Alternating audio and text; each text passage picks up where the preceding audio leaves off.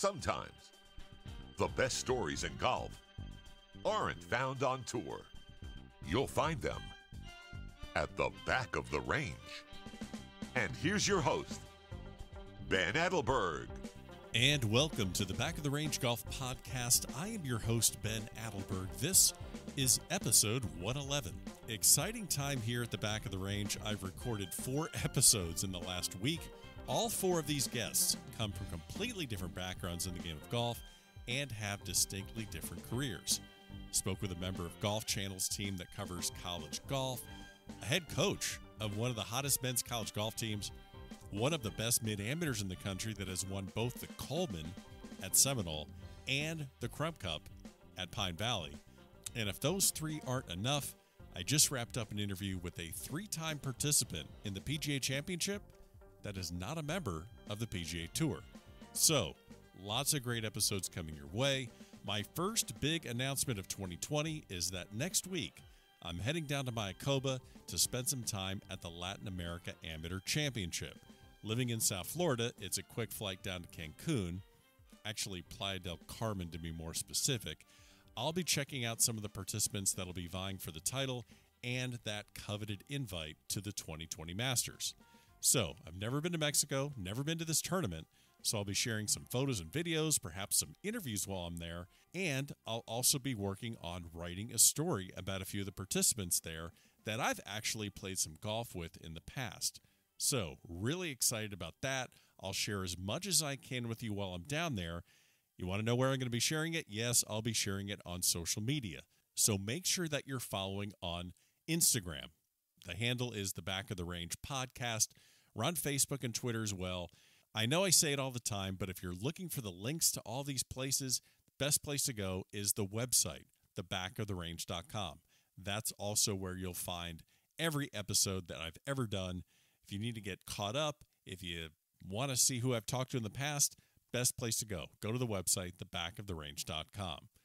On to this week's episode. Our guest is the #1 ranked collegiate player in the country, standout senior from BYU, Peter Kuest. I had a great time getting to know Peter. I know you will as well. Just a really down-to-earth guy that works really hard in his game and loves to compete. He will easily go down as one of the greatest players in the history of the BYU Golf Program that has produced players like Mike Weir, Daniel Summerhays, and Johnny Miller. He's an All-American that picked up 3 wins this past fall and is looking forward to closing out his incredible career before turning pro. So let's get started. Peter, welcome to the Back of the Range. How are you, sir? Ben, doing great. Thank you for having me. Absolutely. Well, you are the first interview I have conducted post-President's Cup, so you are the beneficiary of having a whole lot of information to dissect and comment on about the President's Cup. Normally, we perfect. don't. I know. I got the right guy. Perfect. So, before we talk about your incredible college career at BYU, what you're doing after graduation, and we'll probably hit on a couple other things.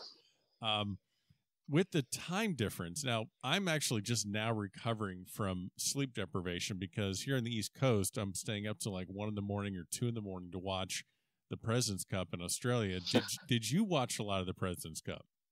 No, I didn't actually. I watched a little bit here and there, kind of just when they started teeing off and stuff like that. And then after that, I just looked in the morning because I either had to get up and wanted to go skiing the next day or I'd study for finals. So I was a little busy. Okay, so you have your priorities focused on what you're doing, but obviously you've seen some of the things that occurred, and we'll see how far we go with this line of questioning. But I guess a lot is made out of Patrick Reed, and a lot is made out of maybe like team chemistry suffering due to the distractions of what he was dealing with at the Hero World Challenge. Obviously, this team succeeded in the light of, media attention and controversy, but how important is it to have a solid team for you to succeed at BYU? Talk to me a little bit about kind of your team dynamic, what it is that you do to maintain a solid team base for success out there at BYU. Yeah, I mean, having a good team and a solid team is something you always want. I mean, you want to have 6, 7 guys who are always competing and, have 6, 7 guys that could go out and win a golf tournament. when you tee it up, and that just brings a whole nother level of competition to it all. And it gets guys fired up to try to beat one another. And it helps team chemistry because we're all rooting for each other to play well. And, you know, when one of the guys goes out and shoots a low round, you're rooting for him. And then the next day you try to go beat him. So it's just a lot of fun. Not to put any one of your teammates under, not to throw a teammate under the bus here, but are there times where you have to kind of talk to a teammate, whether it's you being an upperclassman talking to a freshman saying, hey, that's not going to work here. That's not going to work with our program. Or maybe you having a freshman moment back in the day, walking in and one of your seniors saying to you like, hey, you know, now you're in college. This is a different thing than just playing on your own or playing junior golf or even on a high school team. Maybe can you think of just an example of a time when you had to maybe pull someone in or someone had to pull you in and say, hey, here's how we do this here? No, I've actually never really had to do that or experience that, which has been great. I mean, I have respect for all my teammates. Yeah. I had Cole Ponich reach out to me for help after season, and you know that was really cool. And just help them that way. I'm not a real vocal person. Okay. I'm not going to go around, you know, kind of telling people, you know, what to do or what they should do. But I try to lead by example.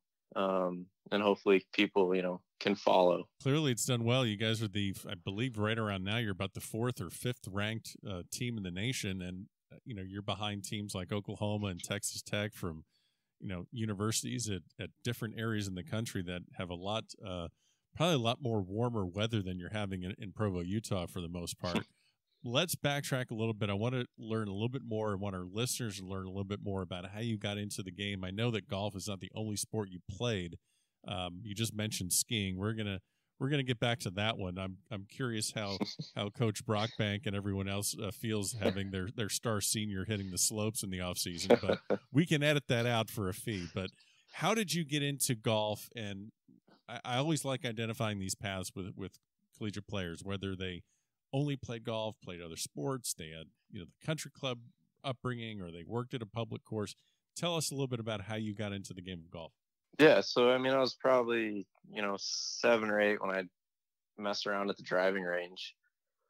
We'd go down to Palm Springs for Rug Doctor would have these corporate outings, and so my mom worked for them, and so we'd go to Palm Springs, and I'd just go out to the driving range with my brother, and I would just beat driver for 3 or 4 hours and then go hang out at the pool.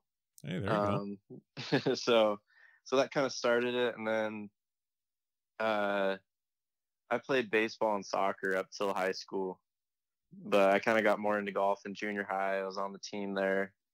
And then 8th grade, I broke my elbow pitching, and golf was the first sport I could go out and play after my surgery. So I played that for 3 months in the summer, and then came back, played fall ball, baseball, and then kind of decided, you know, I like golf a lot. And then spring of my freshman year, played on the team, and then from there it just kind of took off.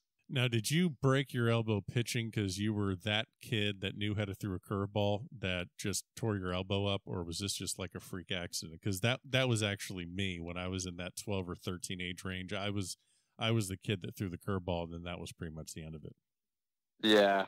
I was a late bloomer, so my body really wasn't developed yet, and when you go from little league to the big mound, you're trying to throw as hard as you can, and you know, probably didn't rest as much as I should in little league, but you're not really thinking about that. No. You're just going out throwing. You don't really care. Yeah, of course. You're just trying to win games and have fun. But yeah, I definitely just overthrew too much, and yeah, I did throw the curveball. There you go. But it was a fastball that broke my arm, so okay. It wasn't a curveball. All right, well, that's fair enough. Yeah. So like other players I've talked to, other amateurs, you know, they go through the AJGA route and they're, you know, playing the circuit, and it becomes a very serious thing relatively quickly. It sounds like that wasn't necessarily the case for you, was it? No, not at all. I didn't play in an AJGA till it was, I think, February of my junior year. Oh wow! And so I was late to it. I just played a bunch of like JJNC or NCGA stuff up in NorCal. Yeah. but yeah, I was pretty late to it, playing one AJGA, played 3 that next summer, and then 1, and then got into a couple invitationals. So it wasn't like I've been playing it since I was 12, like some of the guys out there. Yeah. Well, it's funny. I like I said, it's always interesting to identify the different paths. I was actually just at the AJGA Tournament of Champions down here in Palm Beach Gardens, and I know a lot of juniors that play the circuit a lot. What was maybe your reaction when you get into that AJGA circuit, so to speak, or you start playing a couple of those events and you start recognizing players that this is what they've been doing for 2, 3, 4, maybe even 5 years? Do you feel like, okay, they have a leg up, or do you just kind of feel like, well, they're just kind of they've gone a different way, I'm doing fine with the way I've gone? Or, did you really give much thought to it? No, I didn't really give much thought to it. I mean, growing up, for the most part, I was always a smaller kid. And so my dad always taught me that it doesn't matter who you go out and play and compete against, like, their crap stinks too. There's no reason they can't lose. And so I've always had that mindset. And so even going to those invitationals and AJJs, I was like, why not me? I work hard at my game, and, it doesn't really matter to me who's in the tournament. I'm still going to try and go win. Yeah. And so I think that really helped me kind of focus on what I wanted to do and not get caught up in, who's in the tournament and what they've done and all that stuff. Yeah. Well, I know you're recruited by Nebraska, recruited by, CU Boulder. You ended up going to BYU, and, a lot of questions I want to ask you. And one of the questions is, what is maybe the biggest misconception about BYU? Maybe what are some of the things that maybe friends or competitors from other teams will ask you or assume about BYU and playing there? Yeah, I mean, there's a lot of misconceptions about the church and BYU and kind of what goes on. And, they think, oh, you have to go out on a mission if you go to BYU, or you have to be Mormon if you go to BYU. But, none of that's true. You don't have to be a member of the church. You don't have to go on a mission. It's a great spot to go. I mean, there's a lot of people out here who really care about you and what you do. If you're in the church or not in the church, they just want to see you succeed. Yeah. And so it's been a really cool experience at BYU. When you were recruited to go to BYU, did you have those misconceptions? And then when you learned more about the university, how easy was it to make that transition to the university? It was definitely pretty tough, kind of making the transition and kind of getting used to everything. It's a different culture here. It's a little slower pace. There's not much of a social life. So you kind of had to make do with what you had, and sure, find ways to stay busy and stuff like that. And so, but I had one of my best friends, he's at BYU right now. And so growing up with him through high school, he kind of taught me about the church and what it's about. And so I was kind of used to, their beliefs and kind of the rules at BYU. So, it was an easier way to get acclimated to it. Sure. I want to ask you, like, okay, so your individual, we're looking at your accomplishments at BYU. I sounds like you're an incredibly humble guy, but I hate to break it to you. You're probably going to go down as one of the best golfers in the history of BYU. And there are names like Mike Weir and Johnny Miller and, Clay Ogden. And there are just, countless, there's a handful of Summerhays that have been rolled in there, for the last several years. Mm-hmm. I mean, there are just, the pedigree at BYU. You own right now the best individual season scoring average in last season, which was 69.79, which is just frankly, that's a little insane. But I guess one of the things I want to talk to you about is you have, I think, 10 wins in your career there. You're a second team All-American. How do you transition that, I guess, to individual amateur events? Because a lot of your success that I've seen is at collegiate events. I know you've played great at the Sahali the last couple of years, but on the national level, whether it be like a Son of Hannah or a U.S. Amateur, what is the transition from what you're doing in college to doing it during the summer, where it's really all about you and has nothing to do with a team environment? Yeah, that's the one thing I'm still trying to figure out a little bit. Okay. It's I've always been like a team guy and a team player, and so I've just grown up with the team aspect and trying to put something for the team. And then But yeah, I've just been trying to just kind of manage my time better over summer tournaments, because you'll go on 3-4 week stretches of just playing golf and traveling. Whereas in college, you play, 2 or 3 days, and then you take a week or 2 off, and then you go play another event. And so I've just learned to kind of manage my time a little bit better, and rest and manage my game a little bit more. And I think that's a big help in having, success individually. Because this is, I'm assuming your goal after graduation is to turn professional. So this is something you're continuously working on, because then you'll definitely really be out on your own when you turn professional. Yeah, for sure. Yeah. But I'm excited for it. I want to get after it and, just keep trying to learn more and more about the game.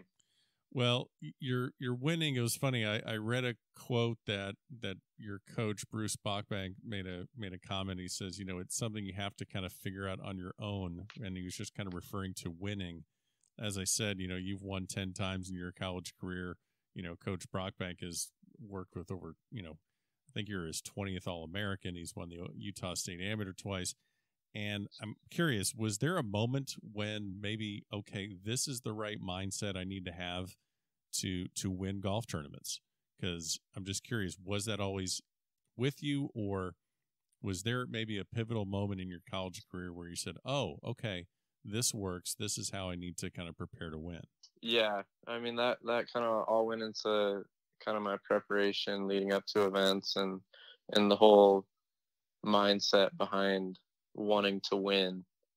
You're not focused on anyone else or what anyone else is doing. You're focused on your game and what you need to go out to do, and you just trust that you're prepared and that you can hit any shot out there and you can go out and win.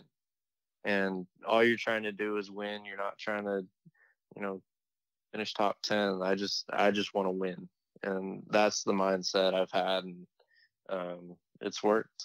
Can you see other players, whether, when you're competing in a final group or any sort of pairing that you're in when you're playing with competitors from other universities, can you see that they are not on that same page that you're on? And I don't mean like who hits it further and who has a better short game. I mean, when you're walking next to a guy and you're just reading body language, can you tell when a guy is just not really ready to win? Sometimes you can. Sometimes you can look into someone's eyes and you can kind of think to yourself, this guy might not have it. Right. It's just, and it's not being like disrespectful to him or anything. It's just like, it's something that you're kind of like, all right, watch this. I'm going to, kick your ass. Right. Kind of thing. And I mean, my dad's instilled that in me, in every sport I've played, and, transferring that to golf, I think has helped me have that competitive edge. Yeah. You're as we said earlier, you've played other sports, you had other interests. You played baseball. I know you're into skiing now, or been in skiing for a while, and you were playing golf. You're casually playing, but at some point, I'm sure you had to make a decision to really get serious about it. Can you tell me was there any moment that really kind of triggered in you, okay, I need to take this seriously. I have something here. I need to work at it. It was probably the next day after my dad put the painting clothes on my bed. All right. So back up, because, all right. So explain to me this story of coming home and seeing painting clothes on your bed, because that needs a little context. Explain. Yeah. So it was, I think it was summer of either my sophomore or my junior year. I think it was my sophomore year, going into my junior year. And, I'd played a bunch of like junior tournaments in NorCal and stuff like that. And I wasn't playing great. And I was just kind of messing around, hanging out with friends over summer, going to the lake, doing whatever, sitting by the pool. And he's getting up at 4:30 every morning, going to work, and, putting all this money into it. And, I was out at the course for one day, played like 9 holes, came back, and I get home and there's these painter pants and a Sherwin-Williams shirt sitting on my bed. I was kind of confused by it. So I walk out to the living room and he's sitting on the couch. I go, "Hey, Dad, what's this?" And he goes, "Well, you can make a choice. You can keep playing golf and I'll pay for it, or you can come to work with me." And it was like, from then on, it was, blood, sweat, and tears, putting in 12, 13-hour days out of the course. And so that was, the biggest influence on my life to work hard at what I do, and to realize that I had something that I could do. And he would support me through it all. Sure. Well, I had a very similar upbringing there, where, family members worked on a farm. So you can't be, farmers, painters, anything like, construction, you can't be lazy around. Yeah. You just can't, laziness isn't going to work. So, but I got to ask, there's no way that you didn't at least at some point help your dad out on a painting job. What is the worst painting job he made you do? Yeah. This is easy, isn't it? This is easy. This would be, this is actually probably this is probably after, sophomore year. Sophomore year of college? College? Yeah. In college. Yeah. Oh, perfect. Okay. Yeah. And so he needed help on a job, and me and my brother, we went and helped him, and it was stripping wallpaper off walls. Oh, I've done that. In the middle of summer, and there's no AC in the room. It's 110 outside, and it's probably 115 in the room that's cooking. Mm-hmm. And you're spraying this solvent on the wallpaper, and then you have to go up onto the ceiling and spray it off, and then you got to peel it all off, and the stuff just sticks to you, and it sticks to your skin. And if you let it dry, and you got the scraper, right? You got the scraper, and yeah. Well, you got the scraper, and then you're trying to scrape off these big long pieces, and then peel off big pieces too. Yeah. And then that was just brutal, because the pieces would get stuck to your skin if you didn't wear like a sweatshirt or anything, and then you got to rip it off if it dries, and that rips your hair out. And it was brutal, and the smell of the solvent, it was just bad. All right, so that was probably the worst experience on the job I've had with him. So you're like you're one of the best collegiate golfers in the country, and I mean victories and all these accolades and awards, and you're doing that in the summer, scraping it off, and that had to be just extra motivation of like, yep, not what I want to really be doing anymore. Can't wait to get back and hit balls and work on this even more. So if your handicap right now is about a scratch or a +1 or somewhere in that neighborhood, what's your handicap as far as working on a paint site? I mean, are you like a 20 handicap? I mean, are you even worth having around, or like how bad is it? No, I'm pretty bad. I'm usually the guy that gets the buckets out of the back of the truck, or the paint rollers, and then scrapes off wallpaper. I'm not the guy that's doing the painting or the sanding. Got it. That's not me at all. You're taking lunch orders. What can I do? Got it. Okay. Yeah, exactly. Perfect. Well, that's awesome, because I think that's great. I mean, you're nationally ranked amateur and collegiate player, and going to go down, like I said, one of the best players in BYU history. And hey, these are the things that you learn before you go make it a living. Yeah, definitely.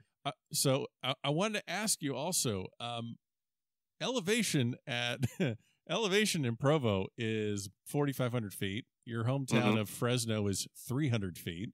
Obviously, the national championship is what you guys are striving for. That's in Arizona this year. Last year's in Arkansas, but this year it's in Arizona. How do you adjust elevation? Because it's great to hit 400-yard drives, but that doesn't really help when you got to flight a wedge. Mm-hmm. Yeah, no, yeah, it's definitely been. It was the first 2 years, year and a half, were pretty difficult to figure out, like wedges and stuff like that, distances. But it's been easier to kind of change and adjust to different elevations growing up at sea level, and then playing all the courses on the coast. Yeah, knowing how far the ball flies there. And I mean, with my irons, I've hit, I've had the same kind of yardages for, since probably my senior year. And then coming up here and playing,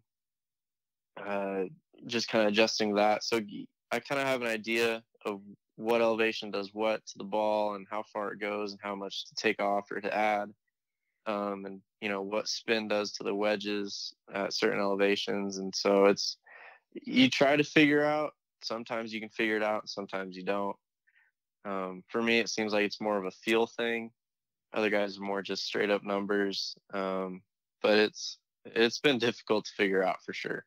Well, I would imagine it just makes you a little bit more of a complete player where you're thinking a little bit more instead of just, okay, here's my number, here's my lie, here's the wind, and go.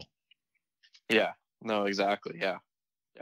I wanted to backtrack just a little bit for earlier this year. You got to play the BallMarker Cup. You were there were 6 automatics to that team. You were the top ranked collegiate player on the men's side. Got an automatic pick. I know there's a lot of guys on that team that were previous guests here on the podcast, whether it be, I don't know if you're John Augenstein's doppelganger or he is yours, but I'm sure you have heard that you two look alike. And then, of course, you play together in the same, you played together as partners in the BallMarker Cup. Has that ever occurred, by the way? I'm just grasping at straws here, but has that ever occurred when people get you and Augenstein confused? No, I've actually never heard anyone like compare us saying we look similar, but now that you say that, I do see that. Okay. So you mentioned you like the team event. Maybe just if you can briefly, what are maybe some of the things, or what's one thing that maybe people would be surprised to hear as far as what the team environment's like? Because I know it's U.S. and international, but a lot of the international players go to school in the United States. So what are some of the off-the-course things that you guys got to be able to do at the BallMarker Cup? I mean, we got to hang out with some of the international kids, too. We got to know them. Yeah. And, I mean, you want to win. You want to beat them on the course. But once you leave the course, you're friendly, you're cordial, you're, trying to make connections and stuff like that. And so that was the coolest part of it, because I thought it was going to be a little hostile, maybe in the hotel rooms or stuff like that. Amongst the teams, but no, it was pretty cool. It was a cool experience. What's maybe the one country you learned about from one of the international players that you're like, yeah, I got to go check that place out? I don't know. When I played Matthias in the final match, yeah, he's from Germany, and so my grandparents are from Germany, and so we just got talking about that. And so I told him I want to go over there one day, and he's like, yeah, just let me know when you're over there, and hopefully I'm there too, and I'll show you around. And so that was pretty cool. I just got to make a trip over there sometime. Have you been overseas at all? No, I haven't. I've actually never left the country. Okay. No reason to. It's the greatest place on earth. Okay. Well, there's Ryder Cups and President's Cups and all sorts of things that are outside the United States. I mean, I agree with you. I'm a big fan. But I'm just saying there is a whole other world out there. There's a lot of and Sweden, Norway, lots of skiing. Lots of skiing there. Yeah, I need to take a ski trip. I need to go, Canada or go overseas and take a ski trip or something. That'd be sweet. So if you had to pick a vacation, I'm assuming where you're going out of the country, is it a ski trip or is it a golf trip?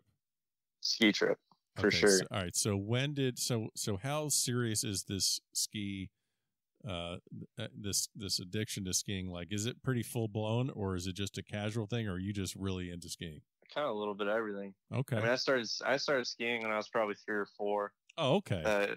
And so I've just done that my whole life. And so that's kind of been my off season is, I'd go, ski, from end of November through January, February, and then golf starts back up.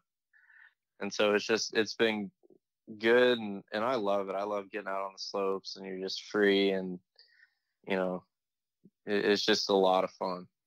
Okay, so let me go back to the reference to your handicap on a painting site. So what's your handicap on the slopes? I don't know. I'm probably right around scratch, I'd say. Okay. Maybe a +1 or 2. There you go. I mean, I can handle myself on, the Black Diamond slopes. Oh God. All right. Well, just yeah. Well, enjoy that. That makes me nervous because I went skiing a couple of years ago and I was like, I do not belong up here. That was I was like, real nice up here. It's real pretty, but I am just one moment away from just breaking a leg. So I think a lot of the people that listen to this podcast are amateurs. They're always trying to improve their game. I always like to kind of grab something from my guest and see if they can impart a little bit of advice or tips that's helped them. How do you maintain mental focus when things maybe aren't going well? You know, you're coming off of a 3-putt, or you start off bogey. If you can remember going bogey at some point, I'm just kidding. But how do you do that? Because I know when things are great, everything's fine. Like I'm making putts and I'm hitting the ball in the fairway, and it's no stress, and that's great. But what do you do when things are not going well? I really try to focus on my breathing, taking big, deep, rhythmic breaths.